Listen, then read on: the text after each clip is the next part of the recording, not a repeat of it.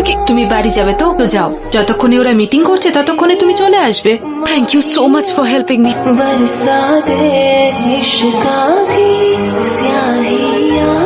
ওনাকে ডেকে আনুন।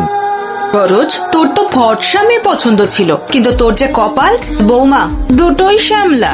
কিরকম মেকআপ করিয়েছেন আমাদের বৌমার? আজকের দিনে ওকে একটা ভালো পার্লারে যেতে পারলো না?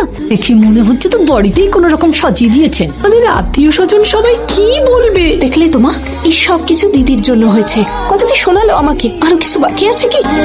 আপনাদের একটা বড় মেয়েও আছে না, সে কোথায়? আসবে এক্ষুনি।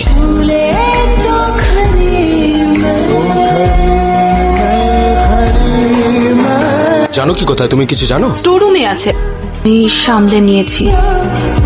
স্টোর রুমে আছো? নিজের ইচ্ছেতে যাইনি। আচ্ছা, ওর কি মাথায় একটুও বুদ্ধি নেই যে ও তোমার কথা শুনছে? বস ওখানে ওর ওয়েট করছে। আমি বাড়ি পৌঁছে গেছি পল্লবী, অশোককে সামলানোর জন্য থ্যাঙ্কস।